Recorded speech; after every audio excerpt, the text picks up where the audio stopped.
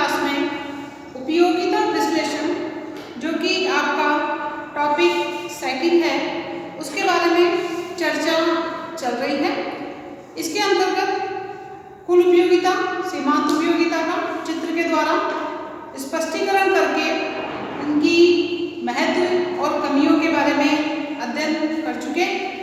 इसके बाद सीमांत उपयोगिता ह्रास नियम की बात करते हैं। सीमांत उपयोगिता ह्रास नियम भी आपका हो चुका और उस सिद्धांत के बाद समसीमांत उपयोगिता नियम के बारे में चर्चा चल रही थी, जो कि इम्पोर्टेंट है। कई बार एग्जाम में बड़ा क्वेश्चन पूछ लिया जाता है। समसीमांत उपयोगिता नियम के अंतर्गत आपको मैंने दो उदाहरणों के बारे में बताया, जिसके अंतर्गत उपभोक्ता अपनी आय को इस प्रकार से विभिन्न वस्तुओं पर व्यय करता है कि उसे सभी वस्तुओं की अंतिम इकाई से प्राप्त उपयोगिता समान हो जाए। जब तक उपयोगिता उसे समान नहीं होगी, उसकी संतुष्टि उसे पूरी नहीं मिल पाती है। उपभोक्ता को अगर लगता है कि इस वस्तु से उपयोगिता नहीं मिल रही है ज़्यादा, तो वो वहाँ से हटाकर अपने रुपए को जहाँ से उसे ज़्यादा उपयोगिता मिलती है वहाँ पर वो लगा सकता है। इस प्रकार पहला उदाहरण आपका आम और आंवले का चित्र के द्वारा स्पष्टीकरण किया जा चुका है। आज उसी समसीमांत उपयोगिता नियम को कंटिन्यू करते हुए दूसरे उदाहरण से स्टार्ट करेंगे। हेडिंग डालिए आप लोग, समसीमांत उपयोगिता नियम।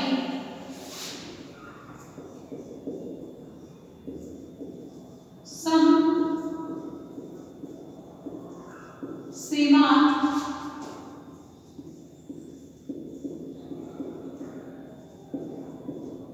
उपयोगिता नियम।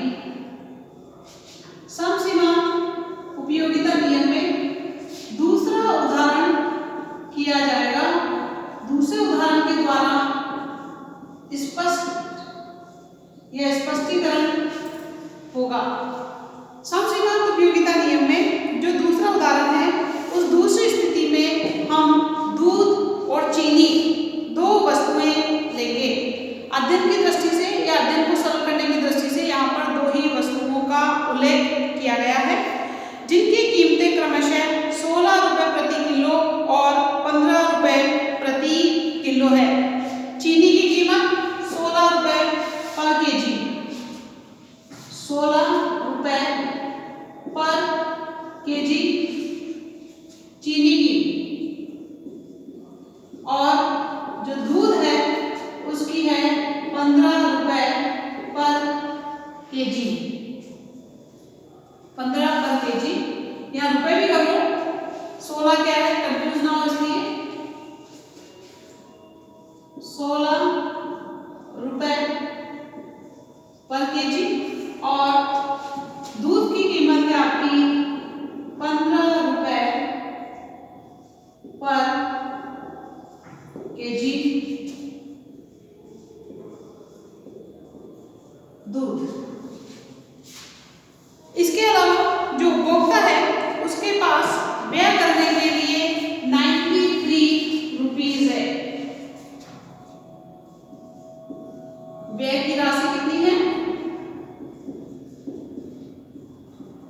93 रुपए, इसको बोलेंगे अपन 93 रुपीज।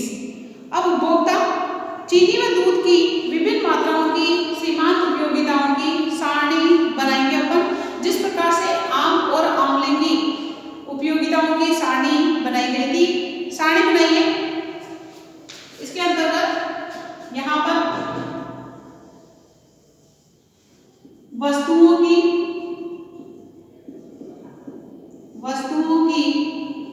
मात्राएं, वस्तुओं की मात्राएं रहेगी, और वस्तुओं की जो मात्राएं हैं वो किस में है? किलो में। दूध लीटर में ले सकते हो और चीनी किलो में, ये किलो में हो जाएगी।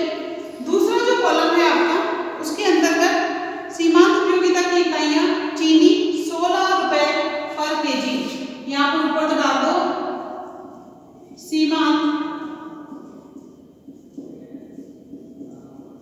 उपयोगिता की इकाइयां। अब यहाँ पर दो वस्तुएं ले रहे हैं तो आपकी दो वस्तुएं आ जाएगी, जिसके अंतर्गत यहाँ पर चीनी ले लेंगे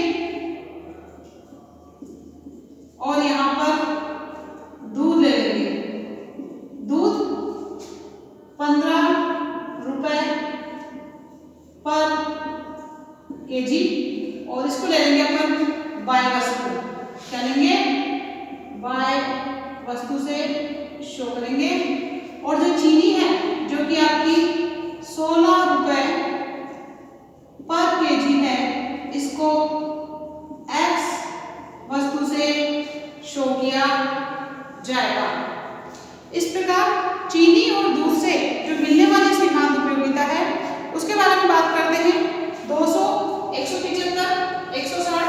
पहले यहाँ पर 1, 2, 3, 4, 5, 6, 200, 175, 160। ये तो आपको पता ही है। जैसे जैसे हमें किसी वस्तु की ज्यादा मात्रा मिलने लग जाती है, उससे प्राप्त होने वाली उपयोगिता घटती जाती है। इसलिए देखो 200 है, 2 किलो लेंगे तो 175, 3 किलो लेंगे तो 160। इसी प्रकार से 90, 50, 32,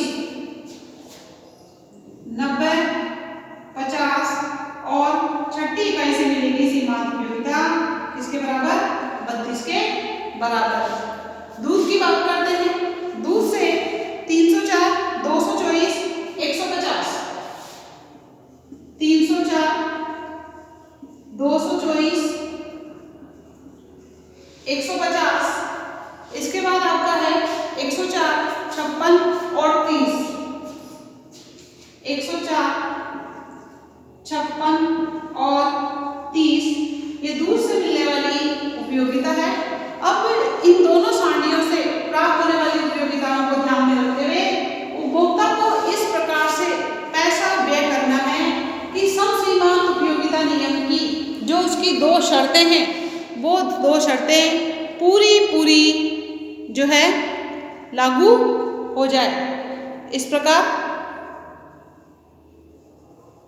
उपभोक्ता जो है पैसे को इस प्रकार से खर्च करेगा कि इसकी दोनों से प्राप्त होने वाली जो दोनों शर्तें हैं वो लमसम पूरी हो जाए।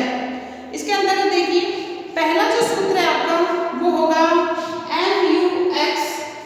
फर्स्ट MUX अपॉन PX बराबर MUY upon PY dash dash dash किसके? I के बराबर होगा।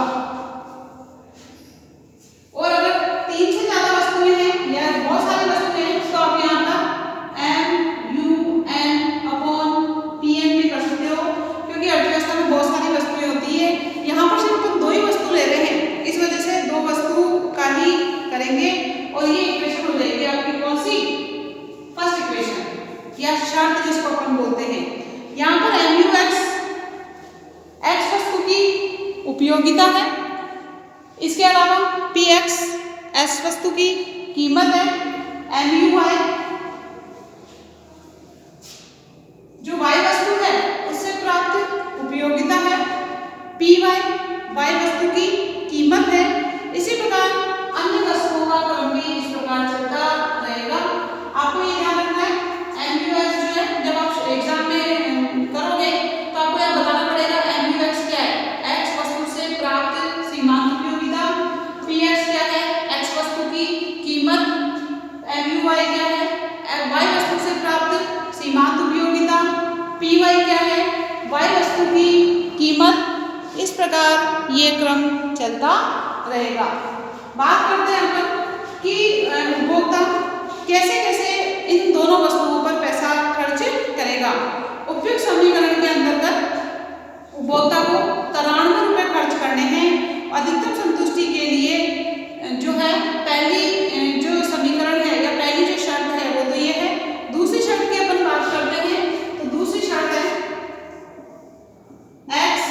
Into P X plus Y into P Y बराबर आई। ये आपकी उपभोक्ता की संतुष्टि की समसीमांत उपयोगिता नियम को लागू होने की दूसरी शर्त मानी जाती है। यहाँ पर x जो है चीनी की मात्रा है, px आपकी x वस्तु की कीमत है, y आपकी दूध की मात्रा है और py जो है आपकी वो है y वस्तु की कीमत। और इन दोनों वस्तुएं जो अपन लेंगे इनका जो टोटल होगा वो आपकी उपभोक्ता की जो आय है उसके बराबर होना चाहिए। यहाँ पर देखिए उपयुक्त उदाहरण में यदि उपभोक्ता 3 किलो तो दूध लेता है और 3 किलो ही क्या लेता है, चीनी लेता है, तो इसकी पहली जो एक्स वस्तु की 3 लेता है चीनी की मात्रा और दूध की भी 3 लेता है। इन दोनों इक्वेशंस को अपन फीड करेंगे यहाँ पर देखिए पहली में MUX से, तीसरी कैसे कितनी मिल रही है, चीनी से 160। चीनी की कीमत कितनी है, चीनी की कीमत है 16 रुपए पर इकाई। यहाँ पर मैं कर देती हूँ MUX अपॉन PX, इसका मतलब ये समझ जाना।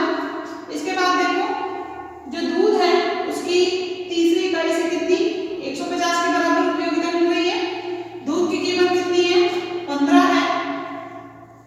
यहाँ पर इसको एक साथ लिख देती हूँ मैं, नहीं तो आप कंफ्यूज हो जाओगे। MUY अपॉन PY 160 बटा 16 अपॉन 150 15। ठीक है, एक्स वस्तु की कीमत हो गई, ये वाई वस्तु की कीमत हो गई, एक्स वस्तु से प्राप्त उपयोगिता हो गई, वाई वस्तु से प्राप्त उपयोगिता हो गई।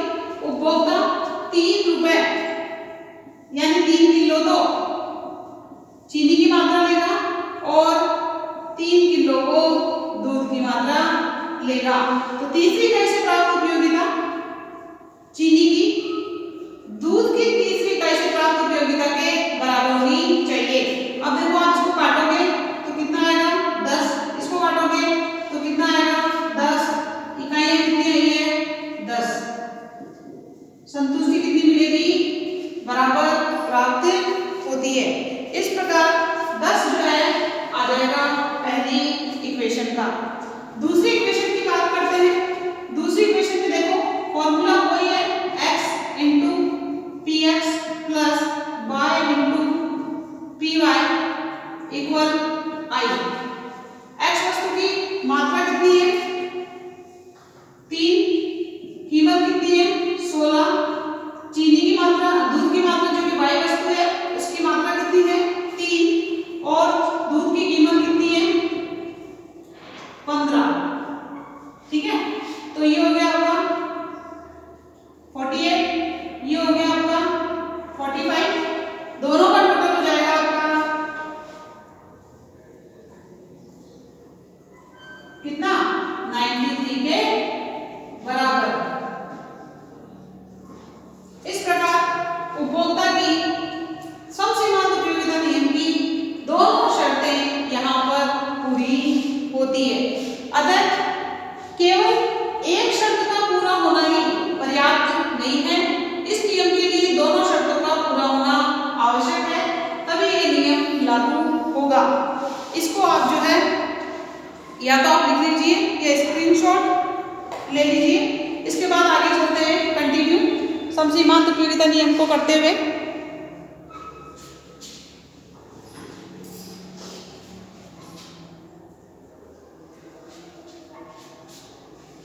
इस प्रकार समसीमांत उपयोगिता नियम का एक उपभोक्ता को अधिकतम संतोष दिला सकता है। एक उपभोक्ता अपनी आय को विभिन्न वस्तुओं पर इस प्रकार से व्यय करता है कि उसे सभी वस्तुओं से प्राप्त होने वाली उपयोगिता लगभग बराबर हो जाए। किसी अन्य वस्तु की अगर उसे ज्यादा मात्रा मिल रही है तो वो एक वस्तु से पैसा निकालकर दूसरी वस्तु पर खर्च करके अपने संतोष के स्तर को बराबर रखने की कोशिश करता है। ये आपका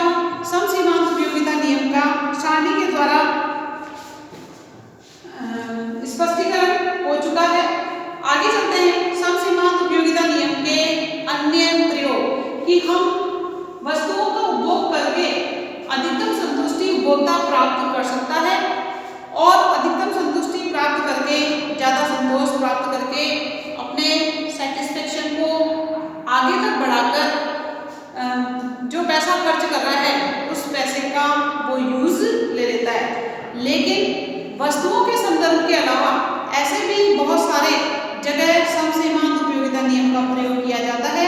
इसके बारे में चर्चा करेंगे। तो नेक्स्ट हेडिंग डालेंगे, इसी को कंटिन्यू करते हुए समसीमांत उपयोगिता नियम के अन्य प्रयोग।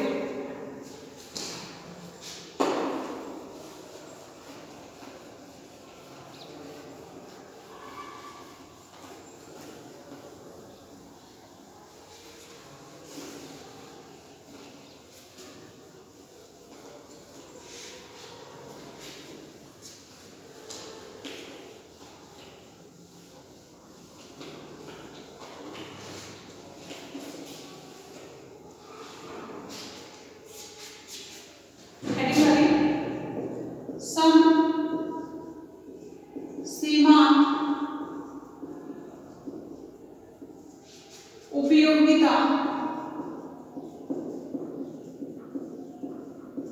समसीमांत उपयोगिता नियम के अन्य प्रयोग। समसीमांत उपयोगिता नियम का वस्तुओं के संदर्भ में तो होता ही है, इसके अलावा और भी इसके जगह प्रयोग किए जाते हैं। तो अर्थशास्त्रियों ने समसीमांत उपयोगिता नियम के अनेक या नए या निम्न प्रयोग बताए हैं, जिसके अंतर्गत सबसे पहला लिखिए आप समय का उपयोग, जो कि बहुत ही कीमती माना जाता है। समय का उपयोग, गया हुआ समय, बीता हुआ समय वापस नहीं आता है, तो उस समय का सही प्रकार से यूज किस प्रकार से किया जाता है, ये आपको समसीमांत उपयोगिता नियम बताने में महत्वपूर्ण भूमिका अदा करेगा। तो समसीमांत उपयोगिता नियम मुद्रा के अलावा, मुद्रा के में तो इसका किया ही जाता है, इसके अलावा समय के उपयोग पर भी जो है लागू होता है और लागू होकर ये बताता है कि एक कोई भी व्यक्ति है, कोई भी विद्यार्थी है, कोई भी पर्सन है, उसको अपने समय का यूज किस प्रकार से करना चाहिए। यहाँ पर इन्होंने एक एग्जाम्पल दिया है एक छात्र का। प्राय एक छात्र का इस संबंध में चुनाव करना पड़ता है कि वह 3 घंटे अध्ययन में लगाए या फिर सिनेमा देखने में लगाए। अब अलग अलग समय में इसका अलग अलग महत्व है। ऐसा नहीं है कि सिनेमा देखना बुरी बात है या सिर्फ पढ़ना ही अच्छी बात है। इसका समय को देखते हुए, स्थिति को देखते हुए इसका अलग अलग दृष्टिकोण बताया जाएगा। इसके अंतर्गत यदि परीक्षा के दिन है, एग्जाम के दिन है, तो परीक्षा के दिनों में संभवतः अध्ययन को ही चुना जाएगा, क्योंकि वो पढ़कर ही अच्छे मार्क्स प्राप्त कर सकता है। इससे ही उसे ज़्यादा उपयोगिता मिलेगी, क्योंकि अच्छी पढ़ाई करेगा तो अच्छे मार्क्स आएंगे, अच्छे मार्क्स आएंगे तो अच्छे डिवीजन से पास होगा, ग्रेड से पास होगा। इससे उसकी अच्छी नौकरी के चांसेस बनते हैं, ज्ञान भी बढ़ेगा। उसके विपरीत अगर अपन बात करते हैं, यदि कोई विद्यार्थी कई दिनों से काफ़ी अध्ययन कर रहा है, काफ़ी समय हो गया, उसको 6 महीने हो गए, 8 महीने हो गए उसे अध्ययन करते करते, और उसे सिनेमा देखे हुए बहुत दिन हो गए, तो उसके लिए 3 घंटों की उपयोगिता अध्ययन के बजाय सिनेमा देखने में या सिनेमा देखने में अधिक होगी। एग्जाम अगर हो गए, छुट्टियों के दिन है, अगर उस समय आप पढ़ने की बात करते हो तो उस समय पढ़ाई से सीमांत उपयोगिता ज़्यादा नहीं मिलेगी जितनी सिनेमा देखने से मिलती है। इस प्रकार समसीमांत उपयोगिता नियम का उपयोग विभिन्न कार्यों में सीमित समय के आवंटन के लिए भी किया जाता है, कि अगर हमारे पास विभिन्न कार्य हैं और साधन या समय जो है हमारे पास वो सीमित मात्रा में है, कम समय है, तो कम समय से इस प्रकार से बंटवारा करते हैं, आवंटन करते हैं कि हमारे सारे कार्य लगभग बराबर बराबर हो जाए। इस प्रकार समय के दृष्टिकोण से या समय का उपयोग करने के दृष्टिकोण से समसीमांत उपयोगिता नियम का काफी महत्व माना जाता है। सेकंड लिखिए, परिसंपत्तियों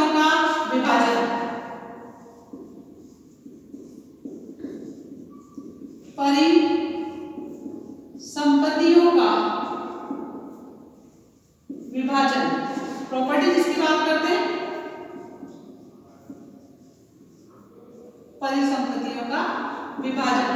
समसीमांत उपयोगिता नियम का परिसंपत्तियों के विभाजन की दृष्टि से भी महत्वपूर्ण योगदान माना जाता है। इसके अंतर्गत परिसंपत्तियों के विभाजन में कि कितना कैश रूप में पैसा रखा जाए, कितना शेयर्स में लगाया जाए, कितना प्रॉपर्टी के रूप में पैसा रखा जाए, कितना ज्वेलरी में पैसा लगाया जाए, यानी पैसे को इस प्रकार से लगाया जाना चाहिए सभी तरफ कि सबसे प्राप्त होने वाली लाभ की संभावनाएं ज़्यादा बढ़ जाए। इसके अंतर्गत भी एक उदाहरण दिया हुआ है। इस एग्जाम्पल के द्वारा आपको लगेगा कि हाँ वास्तव में परिसंपत्तियों के विभाजन में समसीमांत उपयोगिता नियम का महत्वपूर्ण योगदान माना जाता है। मान लीजिए एक व्यक्ति है और एक व्यक्ति के पास कुल परिसंपत्ति, टोटल परिसंपत्ति 1 करोड़ रुपए की है। उसके पास चाहे आप ज्वेलरी के रूप में देख लो, शेयर्स या बॉन्ड्स में लगा हुआ पैसा देख लो, बिजनेस में लगा हुआ पैसा देख लो, और जो है आपके परिसंपत्तियों में लगा हुआ, ये संपत्ति प्रॉपर्टी वगैरह में लगा हुआ पैसा देख लो। ये सारे पैसे की जो राशि है, बैंकों में पैसा जमा राशि है, इन सब की कीमत कितनी है? 1 करोड़ रुपए के बराबर है। परिसंपत्तियों में नकद राशि आ गई, बैंक जमा राशि आ गई, जेवर आ गए, आभूषण आ गए, आपके शेयरों में लगा हुआ पैसा आ गया, प्रॉपर्टी में लगा हुआ पैसा आ गया, ये सारी चीजें इसके अंतर्गत आती है।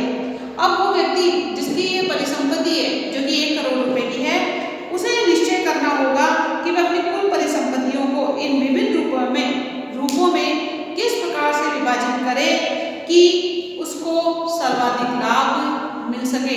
अभी आप देखो, जब शेयर्स के भाव कम होते हैं तो व्यक्ति जो कि निवेशकर्ता होते हैं, जो विनियोग करते हैं, वो शेयर्स में पैसा लगाकर जब शेयर्स की कीमत बढ़ जाती है उस समय शेयरों को बेचकर पैसा, नगद पैसा प्राप्त कर लेते हैं, यानी उन्होंने शेयर से बढ़े हुए भावों से फायदा उठाया। जब शेयर्स की कीमत ज्यादा होगी, यानी जब शेयर्स की कीमत कम होगी, उस समय ब्याज की दर क्या होती है? उस समय ब्याज की दर कम होती है, यानी ब्याज की दर कम होगी तो उस समय वो शेयर्स को खरीद कर निवेश करके बेच सकते हैं। और जब शेयर्स के भाव वापस गिरने की तरफ आएंगे, नीचे की तरफ आएंगे, तो जो विनियोग करता है वो बड़ी हुई ब्याज का फायदा उठाने के लिए वो ब्याज पर पैसा दे देते हैं। इस प्रकार वो ब्याज से भी फायदा उठा लेते हैं और वो शेयर्स को बेचकर भी फायदा उठा लेते हैं, क्योंकि ब्याज की दर और शेयर्स की कीमत में उल्टा संबंध होता है। जब ब्याज की दर बड़ी भी होती है उस समय वो शेयर्स को बेच खरीद कर, जब शेयर्स की कीमत बढ़ जाती है उस समय जो है बेचकर गिरती हुई ब्याज की दर का फायदा उठा लेते हैं शेयर में पैसा लगाकर। और जब उन्हें लगता है कि अब शेयर्स के दाम गिरेंगे, उस समय वो क्या करते हैं, उस जो कि उन्होंने शेयर बेचकर ज्यादा पैसा प्राप्त किया था उस पैसे को बड़ी हुई ब्याज की दर का फायदा उठाने के लिए कि ब्याज की दर इतनी गिर गई कि अब इससे नीचे नहीं गिरेगी, अब ब्याज की दर वापस कहाँ जाएगी? ऊपर जाएगी। तो वो उस समय ब्याज में पैसा, जब ब्याज की कीमत ब्याज बढ़ जाता है उस समय वो पैसा उधार दे देते हैं और इस प्रकार वो दोनों तरफ से लाभ कमाने लग जाते हैं। इसी प्रकार यहाँ पर बात कर रहे हैं कि जो व्यक्ति है जिसके पास 1 करोड़ रुपए की परिसंपत्ति है, वो अपनी परिसंपत्ति को इस प्रकार से विभाजित करता है, इस प्रकार से निवेश करता है कि सभी से प्राप्त होने वाली उपयोगिता कैसी हो जाए? बराबर बराबर उसे ज्यादा से ज्यादा लाभ मिल सके, जिससे उपभोक्ता नगद राशि के रूप में, अगर उसे लगता है कि उसे नगद राशि ज्यादा मात्रा में पड़ी है तो उसे निवेश करना चाहिए और निवेश वहां पर करना चाहिए जहां पर लाभ की संभावनाएं ज्यादा लगती है। तो इस प्रकार से वो इस प्रकार से निवेश करता है कि सभी से प्राप्त होने वाला लाभ अधिक हो जाए। इस प्रकार परिसंपत्तियों के विभाजन में भी समसीमांत उपयोगिता नियम जो है काफी महत्वपूर्ण भूमिका अदा करता है। नेक्स्ट बात करेंगे अपन समसीमांत उपयोगिता नियम के अन्य प्रयोगों में सभी साधनों पर सिद्धांत का उपयोग। सभी साधनों पर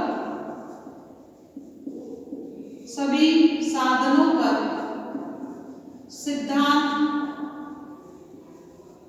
का उपयोग। सभी साधनों पर सिद्धांत का उपयोग आपका थर्ड पॉइंट है।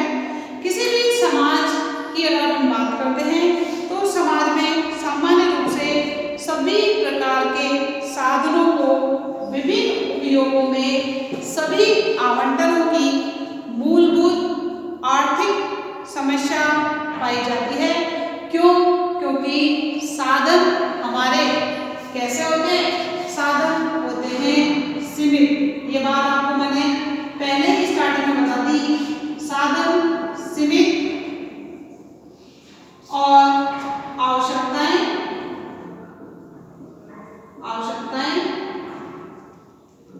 असीमित। तो इन सीमित साधनों के द्वारा असीमित आवश्यकताओं को कैसे पूरा किया जाए, इसमें समसीमांत उपयोगिता नियम से या समसीमांत उपयोगिता नियम महत्वपूर्ण भूमिका अदा करता है, जिससे सभी साधनों से प्राप्त होने वाली उपयोगिता या उसको इस प्रकार से आवंटन किया जाता है कि सभी साधनों से प्राप्त होने वाली उपयोगिता लमसम बराबर बराबर हो जाए। इस प्रकार समसीमांत उपयोगिता नियम के ये 3 पॉइंटों के अंतर्गत अन्य प्रयोग थे जिसका चर्चा अपन ने की। इस नियम के प्रयोगों के संबंध में सारांश की अगर अपन बात करते हैं कि सारांश देखते हैं तो समसीमांत उपयोगिता नियम अर्थशास्त्र के उपभोग से संबंधित, उत्पत्ति से संबंधित, विनिमय, वितरण, जो कि अर्थशास्त्र के क्या कहलाते हैं? ये अर्थशास्त्र के क्षेत्र कहलाते हैं। उत्पादन, उपभोग, वितरण, विनिमय, राजस्व, ये सारी चीजें आती हैं। तो इन सभी क्षेत्रों में समसीमांत उपयोगिता नियम लागू होता है। लेकिन ये कथन सही नहीं कहलाता। कैसे? क्योंकि जो नियम इन सभी क्षेत्रों में लागू होता है वह तो प्रतिस्थापन का नियम कहलाता है। और जब प्रतिस्थापन का नियम उपभोग में लागू होगा कि हम एक वस्तु को छोड़कर दूसरी वस्तु को अगर वहां से संतुष्टि ज्यादा मिल रही है, वहां पर वस्तु की कीमत कम है, तो उपभोक्ता एक वस्तु से दूसरी वस्तु की तरफ प्रतिस्थापित हो जाता है। तो वहां पर उपभोग का प्रतिस्थापन नियम कहा जाता है। इसी प्रकार जो है उत्पादन के क्षेत्र में लागू किया जाता है तो वहां पर समसीमांत उत्पत्ति का नियम, क्योंकि जहां उत्पादन आ गया वहां उत्पत्ति आ गया, जहां प्रतिस्थापन आ गया वहां पर उपभोग आ गया। इस प्रकार समसीमांत उत्पत्ति का नियम कहकर पुकारते हैं। हम ज्यादा सही रूप में ये कह सकते हैं कि समसीमांत अर्थशास्त्र के सभी क्षेत्रों में, चाहे वो उत्पत्ति हो, उत्पादन हो, विनिमय हो, वितरण हो, सभी क्षेत्रों में पाया जाता है। अतः समसीमांत अथवा प्रतिस्थापन का नियम जो है सर्वव्यापक है। क्योंकि जब अपन इस नियम को पढ़ा था उस समय आपको मैंने बताया कि इसे प्रतिस्थापन का नियम, इसे मितव्ययिता का नियम, इसे जो है उपभोग समसीमांत उत्पत्ति का नियम, इन विभिन्न नामों से पुकारा जाता है। इस प्रकार समसीमांत उपयोगिता नियम के अन्य प्रयोगों के अंतर्गत ये सारी चीजों को करते हुए समसीमांत उपयोगिता नियम यहाँ पर